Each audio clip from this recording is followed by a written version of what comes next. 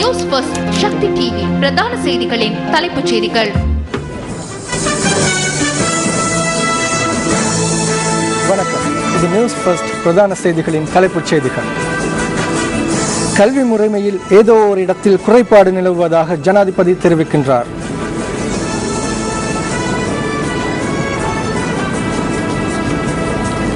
இரணைமடு குளத்திலிருந்து யாழ்ப்பாணத்திற்கு நீரை கொண்டு செல்லும் திட்டத்தை மறுபரிசீலனை செய்யுமாறு வடமாகாண சபையினர் ஆசிய அபிவிருத்தி வங்கியிடம் கோரிக்கை.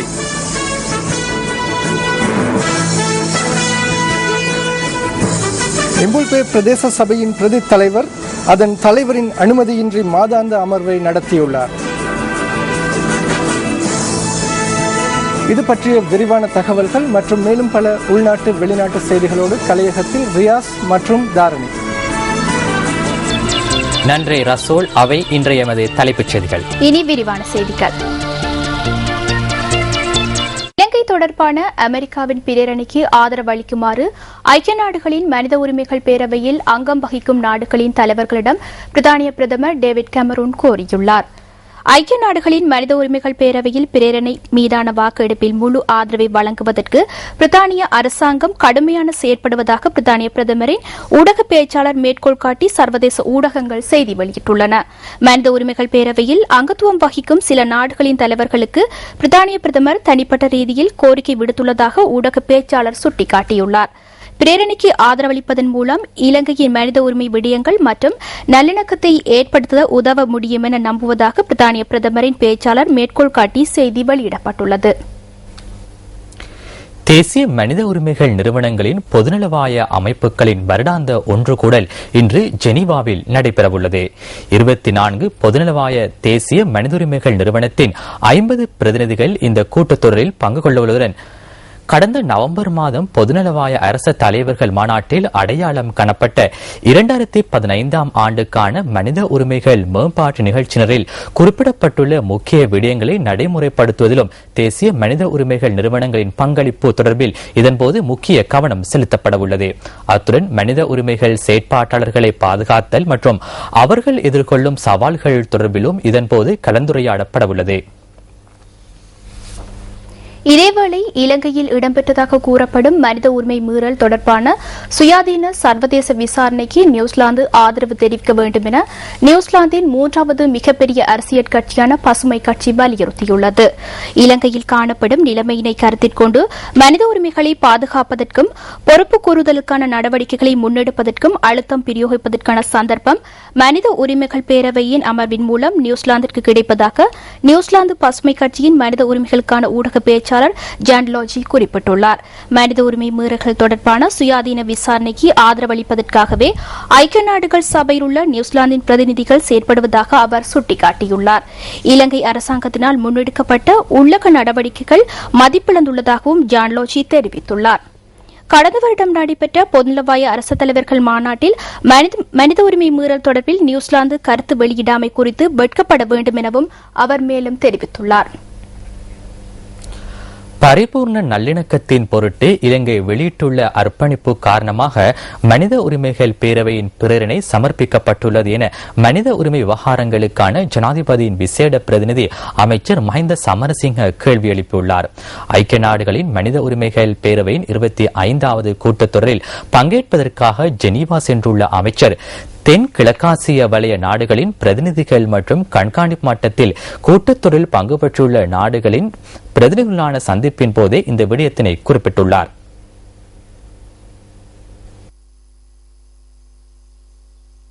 இதன்போது இலங்கை அடைந்துள்ள முன்னேற்றங்கள் குறித்து அமைச்சர் மஹிந்த சமரசிங்க பிரதிநிதிகளுக்கு தெளிவுபடுத்தியுள்ளார். 2009 ஆண்டு யுத்த முடிவுக்கு கொண்டு வரப்பட்ட பின்னர் கடந்த 5 வருடங்களில் இந்த முன்னேற்றங்கள் ஏற்பட்டு வருவதாகவும் அமைச்சர் சுட்டிக்காட்டியுள்ளார். கற்றுக்கொண்ட பாடங்கள் மற்றும் நல்லிணக்க ஆணைக்குழுவின் பரிந்துரைகளை நடைமுறைப்படுத்துவதற்கான தேசிய திட்டம் மற்றும் மனித உரிமைகளை மேம்படுத்தல் விடயத்தில் அடைந்துள்ள வெற்றிகள் தொடர்பாகவும் இலங்கையின் நல்லிணக்க செயற்பாடுகள் தொடர்பாகவும் அமைச்சர் எடுத்து கூறியுள்ளார். திருகோணமலையில் 5 மாணவர்கள் கொலை செய்யப்பட்டமை, பிரான்ஸ் அரசு சார்பற்ற ஊழியர்களின் மரணம் உள்ளிட்ட சம்பவங்கள் தொடர்பிலான பொறுப்பு கூறல் செயற்பாடுகள் சட்டமா அதிபர் திணைக்களத்தின் கண்காணிப்புடன் ராணுவ விசாரணை குழு முன்னிலையில் இடம்பெறுகின்ற விதம் குறித்தும் இதன்போது அமைச்சர் மஹிந்த சமரசிங்க தெளிவுபடுத்தியுள்ளார். அத்துடன் அண்மையில் நியமிக்கப்பட்ட காணாமல் போனோர் தொடர்பான முறைப்பாடுகளை விசாரணை செய்யும் ஆணைக்குழு அதன் அதிகார வரம்பிற்குள் தெளிவான முன்னேற்றத்தை அடைந்திருப்பதாகவும் அமைச்சர் சுட்டிக்காட்டியுள்ளார்.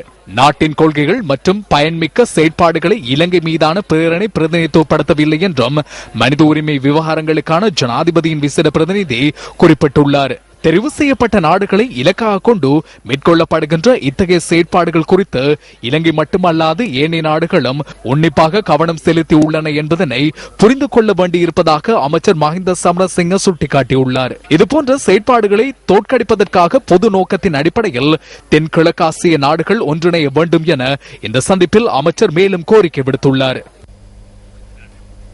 இன்று வெளியான பத்திரிகைகளில் இருந்து நாம் தெரிவு செய்த கேலி சித்திரம் அடுத்து.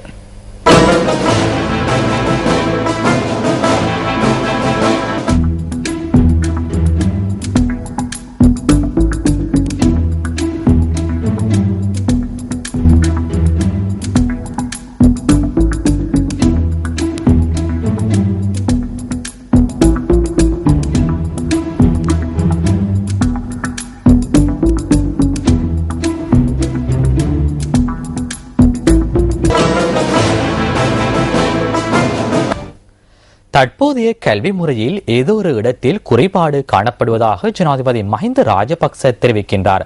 காலி ரிச்சர்ட் பத்ரன மகாவித்யாலயத்தில் இன்று நடைபெற்ற நிகழ்வொன்றில் கலந்து கொண்ட போதே ஜனாதிபதி இதனை தெரிவித்தார்.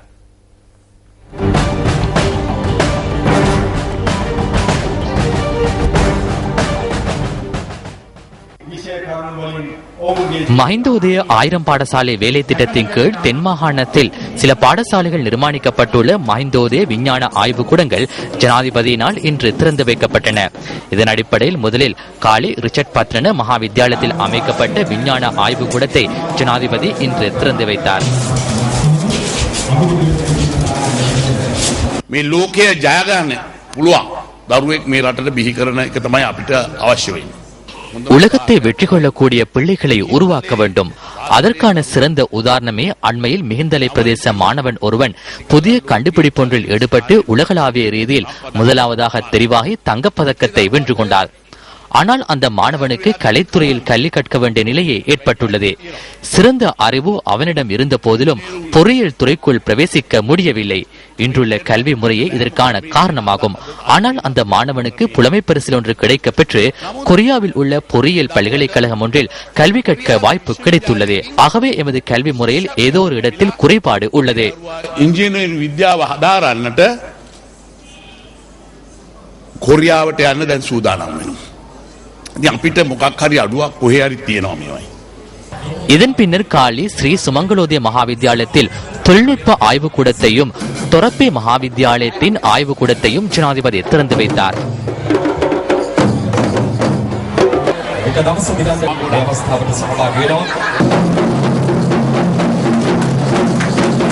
முழுமையான கணித கூடம், 25 கணனிகள், பன்மொழி கூடம் மற்றும் 40 கணனிகளை கொண்ட விசேட கணனி கூடம் உட்பட தூரநோட்கு கற்கை நிலையம் என்பன இந்த மஹிந்தோதய ஆய்வுக்கூடத்தில் உள்ளடங்குகின்றது. அண்மையில் அமைச்சர் ரவுப் ஹக்கீம் வெளியிட்ட கருத்தொன்று தொடர்பில் இன்று இடம்பெற்ற ஊடக சந்திப்பொன்றின் போது தேசிய சுதந்திர முன்னணியின் ஊடக பேச்சாளர் முகமது முசுமில் பதிலளித்துள்ளார். தற்போதைய அரசாங்கத்துக்கு 3/2 பெரும்பான்மையை பெற்றுக்கொள்ள தமது கட்சி ஒத்துழைப்பு வழங்கியதாக அமைச்சர் ரவுப் ஹக்கீம் தெரிவித்துள்ளார். இந்த அரசாங்கத்தில் இருப்பது சலூன் கதவு என்று உங்கள் அனைவருக்கும் தெரியும். இந்த கதவினை திறந்து கொண்டு ஹக்கீமின் கட்சியிலிருந்து 5 பேர் வரவிருந்தனர். அவர்கள் வந்திருந்தால் ஹக்கீம் மற்றும் ஹசன் அலி மாத்திரமே முஸ்லிம் காங்கிரஸில் எஞ்சியிருப்பார்கள். ஏனைய அனைவரும் இங்கு வந்து 3/2 ஏற்படுத்தியிருப்பார்கள். அந்த அச்சம் காரணமாகவே ஹக்கீம் இங்கு வந்தார். அவ்வாறு இல்லாது விருப்பத்திலோ 3/2 உருவாக்கவோ அவர் இங்கு வரவில்லை. අකමැත්තෙන් වුවත් හකීම් මහත්තයා මෙහෙට ගොඩ වුණේ. එහෙම නැතුව කැමැත්තෙන් 3-2 හදන්න අවස්ථාව දුන්නා නෙවෙයි. காணாமல் போயுள்ள மலேசிய விமான சேவைக்கு சொந்தமான MH370 என்ற விமானத்துக்கு உண்மையில் நடந்தது என்ன? காணாமல் போன விமானத்தை கண்டுபிடிக்கும் நடவடிக்கையின் ஒரு கட்டமாக தேடுதல் பகுதி விஸ்தரிக்கப்பட்டுள்ளதுடன் மலேசியாவின் கிழக்கு பகுதி கரையோரத்தை முன்னிலைப்படுத்தி 4வது நாளாகவும் தேடுதல் தொடர்கின்றது. இந்த விமானத்தினை கண்டுபிடிப்பதற்கு வெவ்வேறு முறைகள் பின்பற்றப்பட்டு வருகின்றன. இது குறித்த மேலதிக தகவல்களை வழங்குகின்றார் Janani Vinayagamoorthy. Well, the latest we're hearing from the authorities here is that Malaysian military has... பிந்திய தகவல்களின்படி காணாமல் போன விமானம் மலேசியாவின் மேற்கு பகுதியில் உள்ள மலாக்கா நீரிணை பகுதி ஊடாக பயணித்துள்ளமை ரேடர்களில் பதிவாகியுள்ளதாக மலேசிய ராணுவத்தினர் தெரிவித்துள்ளனர். 4 கோணங்களில் விசாரணைகளை முன்னெடுத்துள்ளதாக போலீசார் தெரிவிக்கின்றனர். கடத்தல், உளவியல் பிரச்சினை, விமான பணியாளர்களின் தனிப்பட்ட பிரச்சினை, தொழில்நுட்ப கோளாறு போன்ற கோணங்களில் போலீசார் விசாரணைகளை முன்னெடுத்துள்ளனர். காணாமல் போன பயணிகள் மற்றும் விமான பணியாளர்கள் தொடர்பான தகவல்களை அறிவதற்காக உறவினர்கள் காத்திருக்கின்றனர்.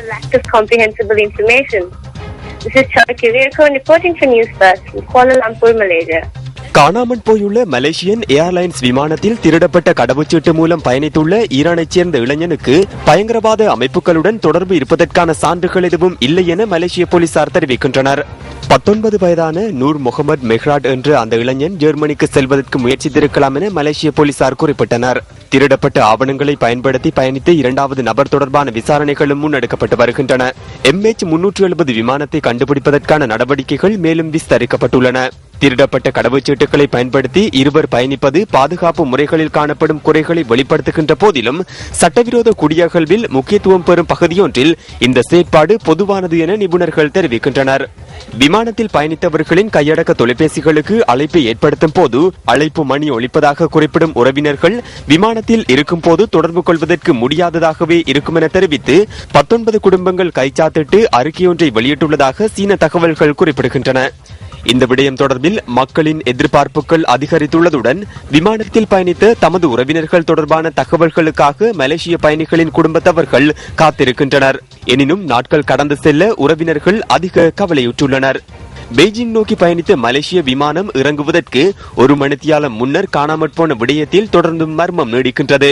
3வது நாளாகவும் கடல் மற்றும் வான் மார்க்கமான தேடுதல் நடவடிக்கைகள் தொடர்ந்து முன்னெடுக்கப்படுகின்ற போதிலும் எந்தவொரு ஆதாரங்களும் இதுவரை சிக்கவில்லை.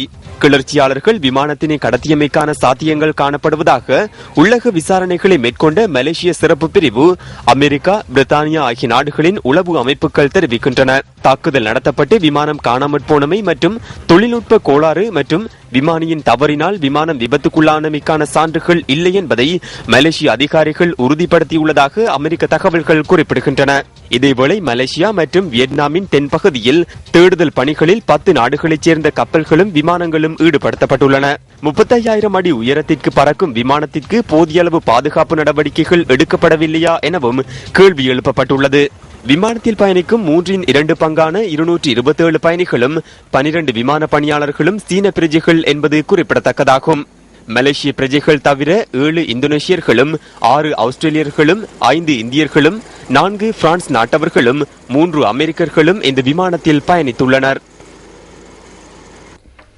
இரணைமடு குளத்திலிருந்து யாழ்ப்பாணத்துக்கு நீரை கொண்டு செல்லும் திட்டம் தொடர்பில் மறுபரிசீலனை செய்ய வேண்டுமென வடமாகாண சபை ஆசிய அபிவிருத்தி வங்கியிடம் கோரியுள்ளது. இதுகுறித்த பேச்சுவார்த்தை ஒன்று நேற்று நடைபெற்றது. இது தொடர்பில் நியூஸ் ஃபர்ஸ்டின் இன்றைய காலை நேர சன்ரைஸ் பிரதான செய்தியில் அவதானம் செலுத்தப்பட்டது. யாழ் மற்றும் கிளிநொச்சி மாவட்ட மக்களுக்கு தற்போது இந்த இரணைமடு குளம் பெரும் சர்ச்சை ஏற்படுத்தி இருக்கிறது. அந்த வகையில் நீங்கள் ஆரம்பத்தில் நான் நினைக்கிறேன் 2 வாரங்களுக்கு முன்னர் நீங்கள் நியூஸ் ஃபர்ஸ்டுக்கு கூறியிருந்தீர்கள். அதாவது 15 பேர் கொண்ட குழுவினை அமைத்து பல பக்கங்களை கொண்ட அறிக்கை இரணைமடு குளம் தொடர்பாக திரட்டப்பட்டு முதலமைச்சரிடம் அந்த அறிக்கை சமர்ப்பிக்கப்பட்டுள்ளதாக கூறியிருந்தீர்கள். முதலமைச்சரிடமிருந்து இது தொடர்பாக எவ்வாறான பதில் கிடைத்திருந்தது அமைச்சர் அவர்களே? அந்த குழுவினர் பெரும்பான்மையானோர் ஏற்கனவே திட்டமிட்டது மாதிரி இரணமடு குளத்தை புனரமைத்தல் வேண்டும் எனவும், ஆனால் இரணமடு குளத்தில் இருந்து யாழ்ப்பாணத்திற்கு நீரை எடுத்துச் செல்வதை திருத்தமற்றதாகவும் பல்வேறு காரணங்களுடன் அதில் விளக்கியிருந்தார்கள். அதன் அடிப்படையில் இந்த திட்டத்துக்கு நிதியுதவியை கடனாக வழங்குகின்றவர்கள் என்கின்றதன் அடிப்படையில் ஆசிய அபிவிருத்தி வங்கியுடன் நாங்கள் கலந்துரையாடுவதாக இதற்கு முன்னர் தமிழ் தேசிய கூட்டமைப்பின் தலைவர் திரு சம்பந்தன் ஐயா அவர்கள் மற்றும் ஏனைய பாராளுமன்ற உறுப்பினர்கள், மாகாண சபை உறுப்பினர்கள் எல்லோருடனும் ஒரு கலந்துரையாடல் நிகழ்த்தப்பட்ட பொழுது ஒரு முடிவு எடுக்கப்பட்டது. இது தொடர்பாக ஆசிய அபிவிருத்தி வங்கியுடன் கலந்துரையாடுவது என்று சொல்லி அதன் அடிப்படையில் நாங்கள் நேற்று ஒரு கலந்துரையாடலை மேற்கொண்டிருந்தோம். இந்த கலந்துரையாடலில் நாங்கள் யாழ்ப்பாணத்துக்கு நீரை கொண்டு வருகின்ற திட்டத்தையும் இரண்டமடு திட்டத்தையும் ஒன்றாக இணைக்காது இரண்டையும் தனித்தனியாக பரிசீலிக்குமாறு நிபுணர்கள் குழு எங்களுடன் கூறியிருப்பதை சுட்டிக்காட்டி அதனை கருத்தில் கொள்ளுமாறு ஆசிய அபிவிருத்தி வங்கியிடம் நாங்கள் கேட்டிருக்கின்றோம். அவர்களும் நிதி வழங்குகின்றவர்கள் என்கின்ற வகையில் அவர்களுடைய சம்மதம் எங்களுக்கு தொடர்ச்சியாக தேவைப்படுகின்றது. அவர்கள் நான் எனக்கு தங்களுடைய உயர் அதிகாரிகளுடன் கதைத்துவிட்டு விரைவில் எங்களுக்கு பதில் தருவதாக கூறியிருக்கிறார். இந்த ஆசிய அபிவிருத்தி வங்கியுடனான கலந்துரையாடலில் கலந்து கொண்ட விவசாய அமைப்புகளின் சம்மேளன செயலாளரையும் சிவமோகனோடும் நாங்கள் தற்போது தொடர்பினை ஏற்படுத்துகிறோம். அவருடைய நிலைப்பாடு அவ்வாறு இருந்தது என்பதை அறிந்து கொள்வதற்காக. வணக்கம் சிவமோகன். சந்திப்பு எங்களுக்கு மிகவும் ஒரு திருப்தி அளிக்கக்கூடிய வகையிலும் நம்பிக்கை அளிக்கக்கூடிய வகையிலும் இருந்தது. இந்த வடமாகாண அரசினுடைய நல்ல முடிவு எங்களுக்கு ஒரு நல்ல திருப்தியை தந்திருக்கின்றது. இதேவேளை கிளிநொச்சி மாவட்ட விவசாய அமைப்புகள் இன்று செய்தியாளர் சந்திப்பொன்றை ஏற்பாடு செய்திருந்தது. அங்கு கருத்து வெளியிட்ட இரணிமடு கமக்கார அமைப்பின் செயலாளர் முத்து சிவமோகன், நாங்கள் இந்த விவசாய சமூகத்தினுடைய இந்த நீர் விடயத்தை நாங்கள் எவ்வாறு வெளிப்படுத்துவது என்கின்ற ஒரு இக்கட்டான சூழ்நிலையில் நாங்கள் ஊடக ஒத்துழைப்புகள் இல்லாத இருந்த வேளையிலே எங்களுக்கு ஒரு சில ஊடகங்கள் முக்கியத்துவம் தந்திருந்தாலும் இந்த சக்தி நியூஸ் பிளஸ் குழுவினரை போன்று எங்களுக்கு ஒத்துழைப்பு நல்கியவர்கள் வேறு ஊடகங்களிலும் அவ்வாறு ஒத்துழைப்பை நல்கவில்லை. அவர்கள் எங்களுடைய குலத்தை வந்து பார்த்து எங்களுடைய தாற்பயங்களை உணர்ந்து அவற்றை வெளிக்கொண்டு வந்த வகையிலே உண்மையில் ஒரு முதன்மையான இடத்தை சக்தி நியூஸ் பிளஸ் குழுவினர் எங்களுக்கு பெரிய ஒரு பாரிய பங்களிப்பை செய்திருக்கின்றார்கள். அந்த வகையில் அவர்கள் அந்த குழாமிற்கு நாங்கள் மிகவும் மனமார்ந்த நன்றியை எங்களுடைய விவசாய சமூகத்தின் சார்பாக தெரிவித்துக் கொள்ள விரும்புகின்றோம். ஆபத்துக்கள் இடம்பெறுவதற்கான வாய்ப்புகள் இருந்தால் அதனை தடுப்பதற்கு நடவடிக்கை எடுப்பது அவசியமாகும். ஆனால் அவ்வாறான ஆபத்தொன்று இடம்பெறுவதற்கான சந்தர்ப்பம் காணப்படுகின்ற போதிலும் அதனை கவனிக்காமல் இருப்பது அதிகாரிகளின் அசமந்த போக்கை எடுத்துக்காட்டுகின்றது. நுவரெலியா கல்வி வலயத்துக்குட்பட்ட மோட்மோர் தமிழ் வித்தியாலயமே இது. தரம் 1 தொடக்கம் 5 வரை உள்ள இந்த பாடசாலையில் சுமார் 90 மாணவர்கள் கல்வி பயில்கின்றனர். இந்த பாடசாலைக்கு அருகாமையில் பாதுகாப்பற்ற முறையில் மின்மாற்றி ஒன்று காணப்படுகிறது. இந்த பிரதேசத்தில் உள்ள தோட்ட குடியிருப்பு பகுதிகளுக்கு இந்த மின்மாற்றி ஊடாகவே மின்சாரம் வழங்கப்படுகிறது. மோட்மோர் பாடசாலைக்கு மைதானம் ஒன்று இன்மையினால் இந்த மின்மாற்றி அமைந்துள்ள இடத்தை சூழ உள்ள பகுதியையே மாணவர்கள் மைதானமாக பயன்படுத்துகின்றனர். இங்கு காணப்படும் மின்கம்பிகள் மாணவர்கள் கைகளுக்கு எட்டக்கூடிய வகையில் காணப்படுகின்றன. மாணவர்களின் பாதுகாப்புக்கு அச்சுறுத்தலாக உள்ள இந்த மின்மாற்றியை சுற்றி பாதுகாப்பு வேலி அமைத்து தருமாறு பிரதேச மக்கள் வேண்டுகோள் விடுக்கின்றனர். 33,000 மெகாவாட் மின்சாரம் இந்த மின்மாற்றி ஊடாக பாய்கிறது. இங்குள்ள சிறார்களுக்கு இதன் தாக்கம் தெரியாத போதிலும் பெற்றோர் தினம் அச்சத்துடனேயே உள்ளனர். இந்த விடயம் தொடர்பில் லிந்துளை மின்சார சபைக்கு பல தடவைகள் அறிவித்துள்ள போதிலும் இதுவரை எந்தவித நடவடிக்கையும் எடுக்கப்படவில்லை என பிரதேச மக்கள் குறிப்பிடுகின்றனர். அசம்பாவித சம்பவங்கள் எதுவும் ஏற்படுவதற்கு முன்னர் உரிய நடவடிக்கை எடுக்க வேண்டியது அதிகாரிகளின் கடமையாகும். உங்கள் வாழ்க்கை எங்கள் செய்தி. தமது நீண்டகால சம்பள முரண்பாட்டிற்கு தீர்வு வழங்குமாறு வலியுறுத்தி வாழைச்சேனை கடதாசி தொழிற்சாலை ஊழியர்கள் 2 தொழிற்சாலையின் நீர்த்தாங்கி மீதேறி இன்று பிற்பகல் கவனஈர்ப்பு போராட்டத்தில் ஈடுபட்டிருந்தனர். வாழைச்சேனை கடதாசி தொழிற்சாலை ஊழியர்களின் சம்பள முரண்பாடு தொடர்பிலான பேச்சுவார்த்தையை நடாத்தும் பொருட்டு பணிப்பாளர் சபையின் 10 உறுப்பினர்களை கொழும்பிற்கு வருமாறு அதன் தலைவர் அழைப்பு விடுத்திருந்ததாக தெரிவிக்கப்படுகின்றது. தொழிற்சாலை பணிப்பாளர் சபையின் 10 உறுப்பினர்கள் கொழும்பிற்கு செல்வதற்கு தயாரான போது அதற்கு எதிர்ப்பு தெரிவிக்கும் வகையில் 2 ஊழியர்கள் தொழிற்சாலையின் நீர்த்தாங்கி மீதேறி கவனஈர்ப்பு போராட்டத்தை ஆரம்பித்துள்ளனர். கடதாசி தொழிற்சாலையின் தலைவர் நேரடியாக அங்கு வருகை தந்து தமது தொழிற்சங்கத்துடன் பேச்சுவார்த்தை நடத்த வேண்டும் என ஊழியர்கள் வலியுறுத்தினர். இதனை அடுத்து அங்கு சமூகம் அளித்த தொழில் திணைக்களத்தின் மட்டக்களப்பு மாவட்ட உதவி ஆணையாளர் ஜே திருச்செல்வம் கவனஈர்ப்பு போராட்டத்தில் ஈடுபட்டிருந்த ஊழியர்களிடமும் தொழிற்சாலையின் பணிப்பாளர் சபை உறுப்பினர்கள் 10 பேருடனும் கலந்துரையாடினார். எதிர்வரும் 19ஆம் தேதி வாழைச்சேனை கடதாசி தொழிற்சாலை ஊழியர்களின் சம்பள பிரச்சினை தொடர்பில் கூட்டம் ஒன்றை நடத்துவதற்கு ஏற்பாடுகளை மேற்கொள்வதாகவும் அதுவரை கொழும்பில் நடத்துவதற்கு திட்டமிடப்பட்ட பேச்சுவார்த்தை ஒத்திவைக்கப்படுவதாகவும் மாவட்ட உதவி தொழில் ஆணையாளர் உறுதியளித்துள்ளார். இதன் பின்னர் தொழிற்சாலையின் நீர்த்தாங்கி மீதேறி கவனஈர்ப்பில் ஈடுபட்டிருந்த 2 ஊழியர்களும் கவனஈர்ப்பு போராட்டத்தை கைவிட்டதாக எமது பிராந்திய செய்தியாளர் குறிப்பிட்டார்.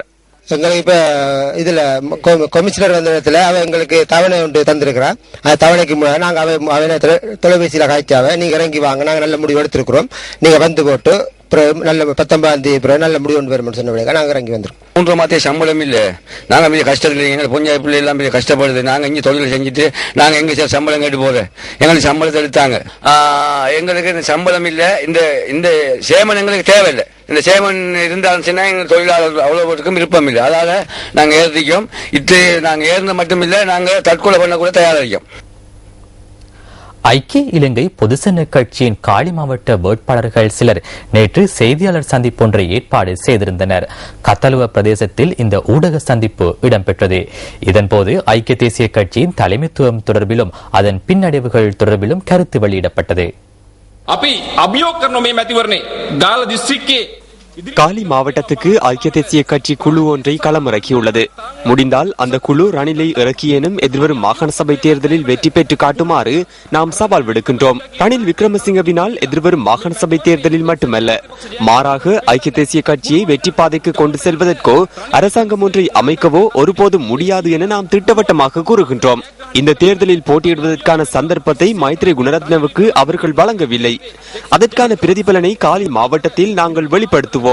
නොදීපුගේ ප්‍රතිඵලය අපි ගාල්ල දිස්ත්‍රික්කෙන් මොකද වෙන්නේ කියලා ඔප්පු කරලා පෙන්නනවා. දහස් සංඛ්‍යාත ලක්ෂ සංඛ්‍යාත එක්සත් ජාතික පාක්ෂිකයන්ගේ ජනමතයට පයින් ගහලා ஐக்கிய தேசிய கட்சியின் லட்சக்கணக்கான ஆதரவாளர்களின் கருத்துக்களை உதாசீனம் செய்துவிட்டு ரணில் விக்ரமசிங்க சர்வாதிகாரியாக செயற்பட்டு பொம்மையான தலைமைத்துவ சபையை ஸ்தாபித்து மீண்டும் தோல்வியை எதிர்கொள்ளப் போகின்றார். ஆகவே இந்த தலைமைத்துவ சபையும் தலைமைத்துவமும் இணைந்து முன்னெடுக்கும் இந்த தன்னிச்சையான செயற்பாடுகளுக்கு எதிராக காலி மாவட்ட மக்கள் தீர்மானம் ஒன்றை எடுத்துள்ளனர். திஸ்ஸ அத்தநாயக்க, கரு ஜெயசூரிய மற்றும் மங்கள சமரவீர ஆகியோரின் கூட்டங்களுக்கு 20 பேர் கூட வருவதில்லை. ரணில் விக்ரமசிங்க கூட்டத்துக்கு வந்தால் மக்கள் கூச்சலிடுகின்றனர். அவ்வாறு இல்லை என்றால் கற்களை எரிகின்றனர். ரணில் விக்ரமசிங்க என்ற தந்தை ஐக்கிய தேசிய கட்சி என்ற தாய்க்கு தோல்வி என்ற 26 குழந்தைகளை பெற்றுக் கொடுத்துள்ளார். இந்த குழந்தைகளின் பிறப்புச் சான்றிதழில் தந்தை என்ற இடத்துக்கு ரணிலின் பெயர் வராது, தலைமைத்துவ சபையின் பெயரே வரும்.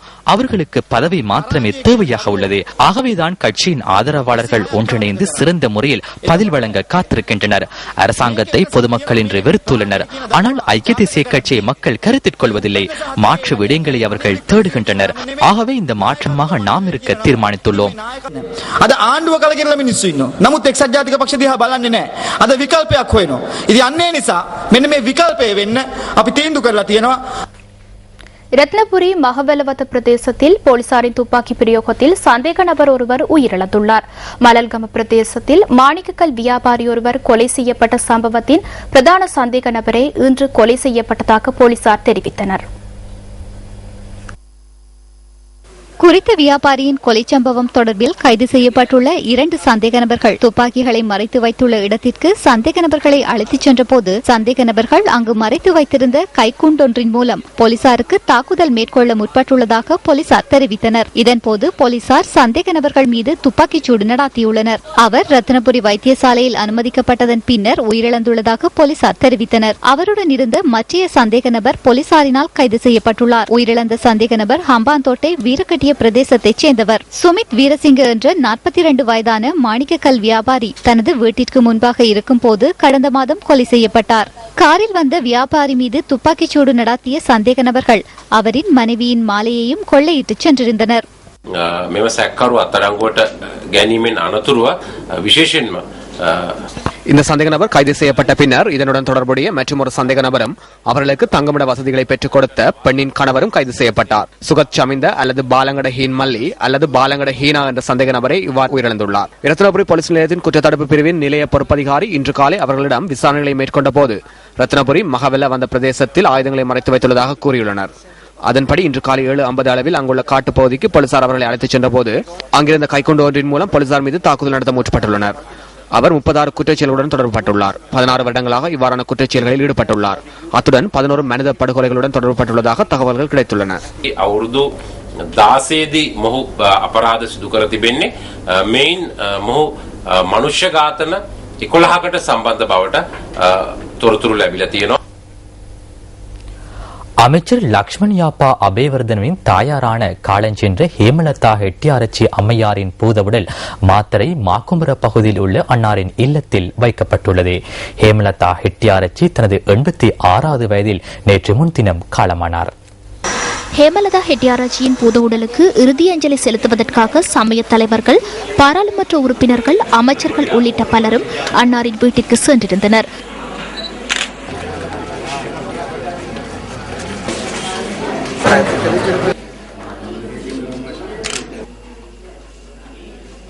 பூத உடலுக்கு இறுதி அஞ்சலி செலுத்துவதற்காக நேற்றிரவும் பெருந்திரளானோர் அங்கு சென்றிருந்தனர். கடந்த சில நாட்களாக நோய்வாய்ப்பட்டிருந்த ஹேமலதா ஹெட்டியாராச்சி நேற்று முன்தினம் இரவு இயற்கை எய்தினார். மொலட்டியன கிராம நிர்வாக சபையின் முன்னாள் தலைவரான காலஞ்சென்ற எட்வின் யாபா அபேவர்தனவின் மனைவியான ஹேமலதா ஹெட்டியாராச்சி பிரதேச சமூக சேவையாளராகவும் செயற்பட்டுள்ளார்.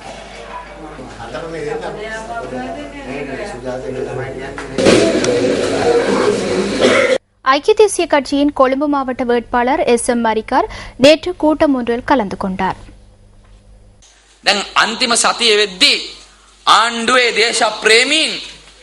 இறுதி வாரத்தை அடைகின்ற போது அரசாங்கத்தின் தேசப்பட்டுள்ளவர்கள் ஜெனீவா என்றும் 28ஆம் தேதி நாட்டை வெள்ளையர்கள் அடிமைப்படுத்த முற்படுகின்றார்கள் என்றும் கூறி உங்களிடம் வருவார்கள்.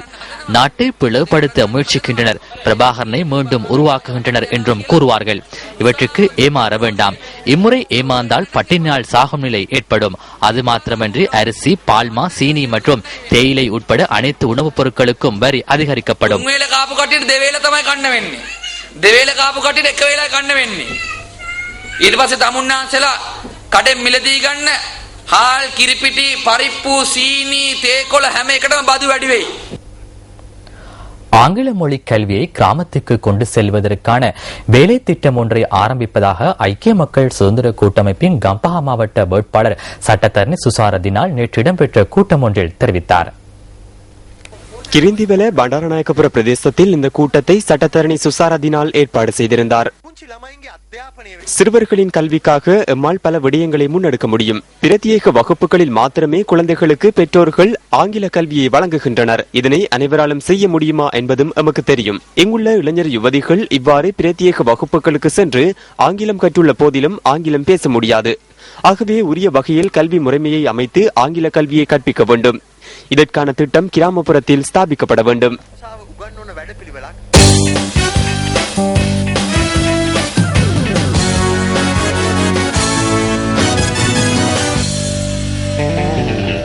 இலங்கையின் முதல்நிலை பேட்மிண்டன் வீராங்கனையான திலினி ஜெயசிங்கவும் தேசிய பேட்மிண்டன் குழாத்தின் 4 வீரர்களும் எதிர்வரும் பொதுநலவாய விளையாட்டு விழாவில் பங்கேற்கும் வாய்ப்பு அற்றுப்போகும் அபாயம் ஏற்பட்டுள்ளது. இலங்கை பேட்மிண்டன் சங்கத்தால் முன்வைக்கப்பட்ட வீரர்கள் ஒழுக்கக்கோவையில் அவர்கள் கையொப்பம் இடாததே அதற்கான பிரதான காரணமாகும். இலங்கை பேட்மிண்டன் சங்கத்தால் முன்வைக்கப்பட்ட வீரர்கள் ஒழுக்கக்கோவையில் கைச்சாத்திட வீரர்களுக்கு வழங்கப்பட்டிருந்த கால அவகாசம் இன்று பகல் 12 மணியுடன் முடிவுக்கு வந்தது. எனினும் தேசிய பேட்மிண்டன் குழாத்தில் அங்கத்துவம் வகிக்கும் 16 வீராங்கனைகளில் 11 பேர் மாத்திரமே அந்த கோவையில் கைச்சாத்திட்டுள்ளனர். கையொப்பமிட்டவர்களில் தேசிய சாம்பியனான நிலுக்க கருணாரத்னவும் உள்ளடங்குகின்றார்.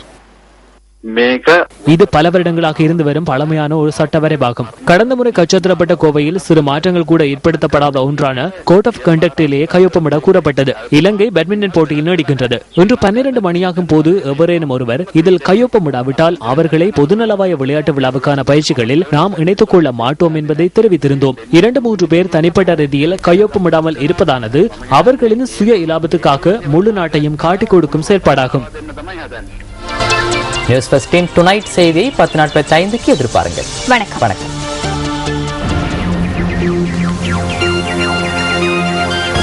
Hotline 0114-896-896 www.newsfirst.lk. Feedback at newsfirst.lk.